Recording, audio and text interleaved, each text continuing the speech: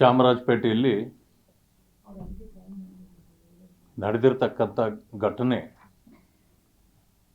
ಮಾನವರು ತಲೆ ಬಗ್ಗಿಸ್ತಕ್ಕಂಥ ಕೆಲಸ ಆಗಿದೆ ಅಂತಕ್ಕಂಥದ್ದು ನನ್ನ ಅಭಿಪ್ರಾಯ. ಅಲ್ಲಿಯ ಪ್ರಾಣಿಗಳು ದನಗಳಿಗೆ ಕೆಚ್ಚಲು ಕೊಯ್ಯುವ ಅಂತ ಅಮಾನವೀಯ ಕೃತ್ಯ ಮಾನವರು ಮಾಡಲಿಕ್ಕೆ ಸಾಧ್ಯವೇ ಇಲ್ಲ.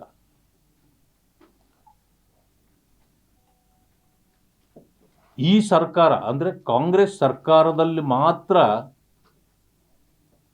ಕೆಚ್ಚಲು ಕೊಯ್ಯುವ ಕೆಲಸ ಮಾಡಬಹುದು, ಇನ್ಯಾವ ಸರ್ಕಾರದಲ್ಲೂ ಸಾಧ್ಯ ಇಲ್ಲ.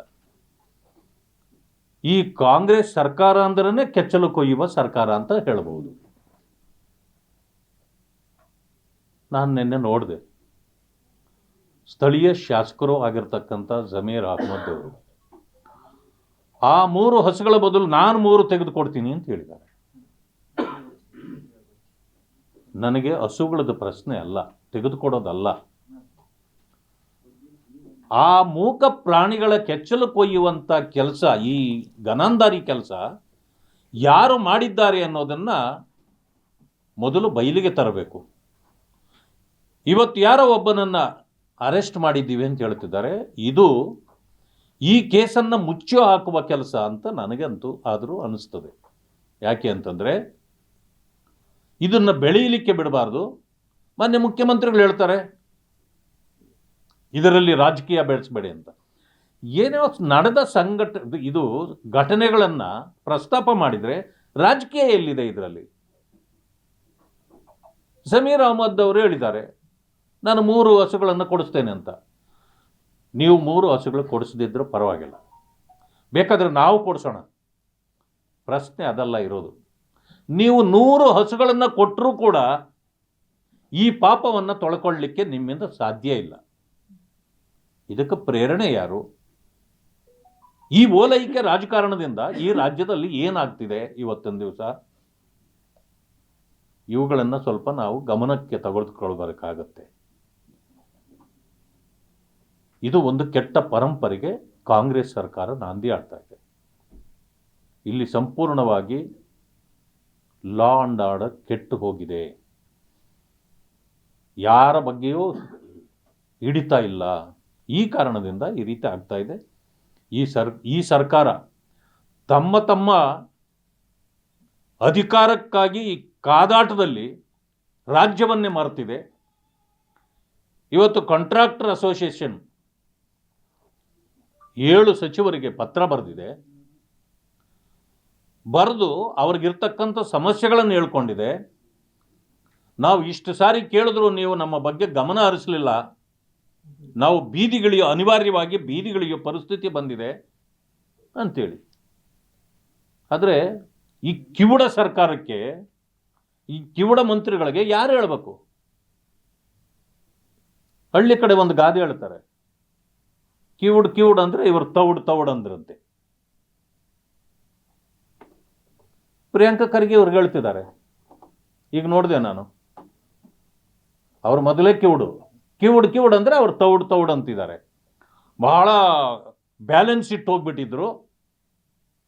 ನಾವಿವಾಗ ಹಣ ಎಲ್ಲ ಒದಗಿಸ್ಕೊಡ್ತಾ ಇದ್ದೀರಿ. ಯಾರಪ್ಪನ ಮನೆಯಿಂದ ತಂದು ಕೊಡ್ತಾ ಇರೋದು? ಕೆಲಸ ಮಾಡಿಲ್ವಾ ಅವರು ಕಾಂಟ್ರಾಕ್ಟರ್ಗಳು? ಅನುದಾನ ಇರಲಿಲ್ಲ, ಆದರೆ ಕೆಲಸ ಕೊಟ್ಬಿಟ್ಟಿದ್ರು.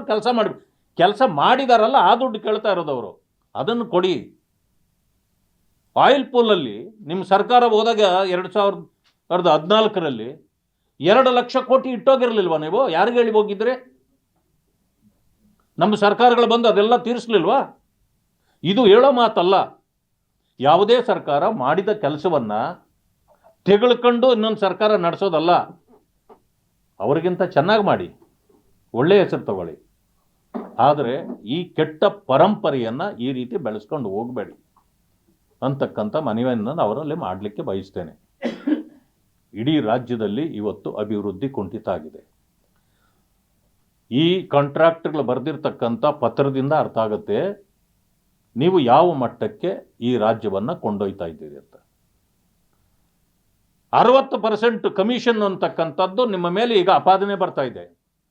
ಎಲ್ಲ ಕಡೆಯಿಂದಲೂ ಕಾಂಟ್ರಾಕ್ಟರ್ಗಳು, ನಾನು ಯಾಕೆ ಹೆಂಗೆ ಮಾಡ್ತಾರೆ ಕೆಲಸ, ನಾನು ಕೆಲವು ಕಾಂಟ್ರಾಕ್ಟರ್ಗಳನ್ನ ಭೇಟಿಯಾದೆ, ಯಾಕೆ ಈ ರೀತಿ ಬರ್ತಾ ಇದೆ ಅಂತ ಕೇಳಿದಾಗ ಅವರು ಹೊರಗಡೆ ಹೇಳಲಿಕ್ಕೆ ಕಷ್ಟ ಇದೆ ಅವರಿಗೆ ಪಾಪ, ಅಂತಂದರೆ ಇಲ್ಲ ಬಿಲ್ಗಳಾಗಲ್ಲ, ಅವ್ರು ದುಡ್ಡು ಬರಲ್ಲ.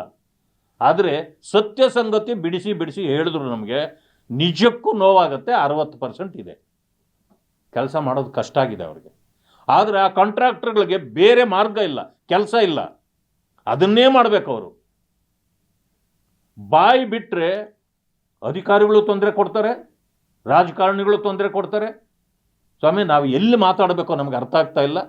ನಾವು ಇಲ್ಲಿ ಕಾಂಟ್ರಾಕ್ಟ್ ತೊಗೊಂಡು ಇಷ್ಟೆಲ್ಲ ಕಷ್ಟಪಟ್ಟು ಇಲ್ಲಿ ದುಡ್ಡು ಕೊಟ್ಟು ನಾವು ಕಾಂಟ್ರಾಕ್ಟ್ ತೊಗೊಂಡು ಅಲ್ಲಿ ಹೋಗ್ತೀವಿ, ಅಲ್ಲಿ ಯಾರೋ ಒಬ್ಬ ಬರ್ತಾನೆ, ನಮಗೆ ಹಣ ಕೊಡಬೇಕು, ಇಲ್ಲ ಅಂತಂದರೆ ನೀನು ಬಿಲ್ ಆಗೋಕ್ಕೆ ಬಿಡಲ್ಲ, ನಾವು ನೀನು ಕಳಪೆ ಕಾಮಗಾರಿ ಮಾಡ್ತಾ ಇದೆಯಾ ಅಂತ ಎದುರಿಸ್ತಾರೆ. ಜನನೂ ಎದುರಿಸೋ ಮಟ್ಟಕ್ಕೆ ಬಂದ್ಬಿಟ್ಟಿದ್ದೀವಿ ನಾವು ಇವಾಗ. ನಾವು ಎಲ್ಲಿ ತಪ್ಪಿಸ್ಕೊಂಡು ಹೋಗ್ಬೇಕಾಗಿತ್ತೋ ಗೊತ್ತಿಲ್ಲ ಅನ್ನೋ ಪರಿಸ್ಥಿತಿ ಬಂದಿದೆ. ಆದ್ದರಿಂದ ಇಂಥ ಭ್ರಷ್ಟ ಸರ್ಕಾರ ಬಹುಶಃ ನನಗನ್ನಿಸ್ತದೆ ಇವರ ಒಳಬೇಗುದಿಯಿಂದ ಸರ್ಕಾರ ಇನ್ನೂ ಒಂದು ಸ್ವಲ್ಪ ದಿವಸ ಇರ್ತದೆ ಅಂದ್ಕೊಂಡಿದ್ದೀವಿ ನಾವು. ಆದಷ್ಟು ಬೇಗನೆ ಹೋಗುವಂಥ ಪರಿಸ್ಥಿತಿ ಇದೆ. ಯಾಕೆ ಅಂತಂದರೆ ಹಗ್ಗ ಜಗ್ಗಾಟದಲ್ಲಿ ಹಗ್ಗನೇ ಕಿತ್ತೋಗ್ತದೆ ಅಂತ ನನಗೆ ಅನಿಸಿರ್ತಕ್ಕಂಥದ್ದು. Thank you. ನಿಮ್ಮೇಲೆ ಅವ್ರ ಆರೋಪ, ಇದೇ ಕಾಂಟ್ರಾಕ್ಟರ್ ನಿಮ್ಮೇಲೆ ಆರೋಪ ಮಾಡಿದ್ರು, ಲೆಟರ್ ಅವ್ರು ಮೆನ್ಷನ್ ಮಾಡಿದ್ದಾರೆ, ಅಂದ್ರೆ ನಾವು ನಿಮ್ಮನ್ನು ನಂಬಿ ಕೆಟ್ಟೋದ್ವಿ ಅಂತ. ನನಗೆ ಮಾಡಿದ್ದು ಗೊತ್ತಿದೆ. ಅದು ಚುನಾವಣೆ ಸಂದರ್ಭಕ್ಕೆ ಕಾಂಗ್ರೆಸ್ನವರೇ ಹೇಳಿ ಮಾಡಿಸಿದ ಪತ್ರ ಅದು. ಇವತ್ತು ಯಾವ ಇದು ಚುನಾವಣೆ ಇಲ್ಲ, ಇದರ ಯಾರಿಗೂ ಅವಶ್ಯಕತೆಯೂ ಇಲ್ಲ. ಈಗ ಕಾಂಟ್ರಾಕ್ಟರ್ಸು ಸತ್ಯ ಹೇಳಕ್ಕೆ ಶುರು ಮಾಡಿದ್ದಾರೆ. ಈಗ ಆವತ್ತು ಅಪಾದನೆ ಮಾಡಿದ್ದು ಚುನಾವಣೆಗಾಗಿ, ಚುನಾವಣೆ ಮುಗೀತು, ನಾವು ಕೂಡ ಸರಿಯಾದ ಉತ್ತರ ಕೊಡಲಿಲ್ಲ ಆಗ. ಯಾಕೆಂದರೆ ಚುನಾವಣಾ ಸಂದರ್ಭದಲ್ಲಿ ನೀವು ಯಾರು ಏನು ಕೇಳಿದ್ರು ಒಂದು ಅಪಾದನೆ ಬಂದಾಗ ಅದು ಉತ್ತರ ಸಿಗೋಷ್ಟೊತ್ತಿಗೆ ಚುನಾವಣೆ ಮುಗಿದೋಗಿರ್ತದೆ. ಜನ ನಮ್ಮನ್ನು ಅಪಾರ್ಥ ಮಾಡ್ಕೊಂಡಿದ್ದು ಸತ್ಯ. ಈಗ ನೋಡಿ, ಚುನಾವಣೆ ಸಂದರ್ಭ ಅಲ್ಲ, ಸತ್ಯ ಹೊರಗಡೆ ಬರ್ತಾ ಇದೆ. ಆದ್ದರಿಂದ ಈಗ 60%, 5 ಗ್ಯಾರಂಟಿ ಅಲ್ಲ, 60% ಗ್ಯಾರಂಟಿ ಆಗಿದೆ. ಸರಿ, 40% ಕಮಿಷನ್ ಆರೋಪ ಮಾಡಿ ಸುಳ್ಳಂಗಾರ ಹೌದಲ್ಲ? ಎಲ್ಲ ಪುರಾವೆ ಇತ್ತಾ? ಅಲ್ಲ, ಲೋಕಾಯುಕ್ತರು ಹೇಳಿದ್ರು ಅಲ್ಲೇ ಯಾವುದು ಇಲ್ಲ, ಅದೆಲ್ಲ ಸುಳ್ಳು ಅಂತ. ಈಗ ನೀವು ಮಾಡ್ತಿರೋದು ಬೇಸ್ಲೆಸ್ ಅಲಿಗೇಷನ್ ಅಂತ ಹೇಳ್ತಾರೆ. ಯಾರು? ಕಾಂಟ್ರಾಕ್ಟರ್ಗಳನ್ನ ಕೇಳಲಿ. ಅಲ್ಲಲ್ಲ, ಈಗ ಕಾಂಟ್ರಾಕ್ಟರ್ಗಳು ನೇರವಾಗಿ ಹೇಳ್ತಾ ಇದ್ದಾರೆ, ಅವ್ರಿಗೆ ಪತ್ರ ಬರೆದ, ನಮಗೆ ಬರ್ದಿಲ್ಲ, ನಮಗೆ ಬರ್ದಿಲ್ಲ. ಆವತ್ತು ಕೇಳಿ, ನಾನು ಹೇಳ್ತೇನೆ, ಆವತ್ತು ಏನು ಮಾಡಿದ್ರು, ಆವತ್ತು ವಿರೋಧ ಪಕ್ಷಗಳಿಗೆ ಲೆಟರ್ ಬರೆದಿದ್ರು, DK ಶಿವಕುಮಾರ್ಗೆ ಅಡ್ರೆಸ್ ಮಾಡಿ ಲೆಟರ್ ಬರೆದ್ರು, ವಿರೋಧ ಪಕ್ಷದ ನಾಯಕರಾಗಿದ್ದ ಸಿದ್ದರಾಮಯ್ಯಗೆ ಅಡ್ರೆಸ್ ಮಾಡಿದ್ರು, ನಮಗೆ ಮಾಡಿರಲಿಲ್ಲ. ಅಲ್ಲ, ನರೇಂದ್ರ ಮೋದಿಗೆ ಯಾಕೆ ಮಾಡಿದ್ರು ಅಂದರೆ ಇವರೇ ಅದು ಪ್ರಚಾರ ಹೆಚ್ಚಿಗೆ ಸಿಗಲಿ ಅನ್ನೋ ಕಾರಣಕ್ಕೆ ಅವ್ರಿಗೂ ಒಂದು ಕಾಪಿ ಹಾಕ್ಸಿದ್ರು. ಇವತ್ತು ಇವ್ರು ಯಾರಿಗೂ ಬರೀತಾ ಇಲ್ಲ, ನೇರವಾಗಿ ಅವ್ರ ಮಂತ್ರಿಗಳಿಗೆ ಬರೀತಾವ್ರೆ. ಇದೆ ಅಲ್ಲಿಗೂ ಇಲ್ಲಿಗೂ ಇರೋಂಥ ಡಿಫರೆನ್ಸ್ ಇಷ್ಟೇ. ಈಗ ನಾನೀಗ ಮೊದಲೇ ಒಂದು ಮಾತು ಹೇಳಿದೆ, ಯಾವ ಕಾಂಟ್ರಾಕ್ಟ್ರು ಯಾರಿಗೆ ಕೊಟ್ಟೆ ಅಂತ ಹೇಳ್ತಾ ಇಲ್ಲ. ಯಾಕೆ ಹೇಳಲ್ಲ? ಅವ್ರಿಗೆ ತೊಂದರೆ ಇದೆ. ಹೇಳಿದ ತಕ್ಷಣ ಅವ್ರ ಬಿಲ್ಗಳೇ ಆಗಲ್ಲ. ರಾಜಕಾರಣಿಗಳಿಗೆ ನೀವು ಅವ್ರ ಹೆಸರು ಹೇಳಿದರೆ ಅವರು ತಡೆ ಹಿಡಿತಾರೆ. ಈಗ ಇವರು ದುಡ್ಡು ಹಾಕಿ ಕೆಲಸ ಮಾಡಿ ಇನ್ನು ಈ ಒಂದು ಪರಿಸ್ಥಿತಿಯನ್ನು ನಾವು ಯಾಕೆ ಎದುರಿಸಬೇಕು ಅನ್ನೋ ಕಾರಣಕ್ಕೆ ಅವರು ಹೇಳ್ತಾ ಇಲ್ಲ. ಇದು ಒಳಬೇಕುದಿ ಅವರಿಗೆ. ಎಲ್ಲವನ್ನೂ ನಾವೇ ಕೊಟ್ಟಿದ್ದು ಹೇಳಿದ್ರು ನಾವೇ ಅನುಭವಿಸ್ಬೇಕು. ಈ ಬಿಲ್ ಈಗ ಹಾಕಿರೋ ದುಡ್ಡು ಬರಲಿಲ್ಲ ಅಂದ್ರೆ ಮತ್ತಷ್ಟು ಸಂಕಷ್ಟಕ್ಕೆ ಹೋಗ್ಬೇಕು. ಆ ಕಾರಣದಿಂದ ಹೇಳ್ತಾ ಇಲ್ಲ ಅವರು ಅಷ್ಟೇ. ಭ್ರಷ್ಟಾಚಾರಕ್ಕೆ ದಾಖಲೆ ಸಿಗಲ್ಲ ಅಷ್ಟೇ. ನೋಡಿ, ಭ್ರಷ್ಟಾಚಾರ ಯಾರು ಕೂಡ ಬಿಲ್ ಇದು ಏನೋ ರೆಸಿಪ್ಟ್ ಕೊಟ್ಟು ಮಾಡಲ್ಲ. ಅದರಿಂದ ದಾಖಲೆ ಪುರಾವೆ ಕೇಳೋದೆ. ಪುರಾವೆ ಅಂತಂದ್ರೆ ಏನು?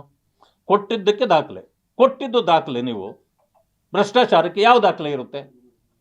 ಅಪಾದನೆಯೇ ದಾಖಲೆ. ಗಟ್ಟಿತನದಿಂದ ಬಂದು ಹೇಳಬೇಕು. ಅದನ್ನು ಹೇಳೋಕ್ಕಾಗಲ್ಲ ಅವರಿಂದ, ಅದು ಸಮಸ್ಯೆ. ನೋಡಿ, ಹರಿಶ್ಚಂದ್ರ ಎಲ್ಲರೂ ಅಂತ ನಾನು ಹೇಳೋದಿಲ್ಲ. ಹಣ ತಗೊಳ್ಳದೇ ಇರೋರು ಇದ್ದಾರೆ, ಹಣಕ್ಕಾಗಿಯೇ ಒಂದು ಕೆಲಸ ಮಾಡೋರು ಇದ್ದಾರೆ. ಅದು ಎಲ್ಲ ಪಾರ್ಟಿಯಲ್ಲೂ ಒಳ್ಳೆಯವರು ಕೆಟ್ಟವರು ಇದ್ದರೆ ಸೊ ಇದು ಅದೇ ರೀತಿ ಅನ್ವಯ ಆಗುತ್ತೆ. ಗ್ಯಾರಂಟಿ ನ್ಯೂಸ್, ಸುದ್ದಿ ಖಚಿತ, ನ್ಯಾಯ ನಿಶ್ಚಿತ.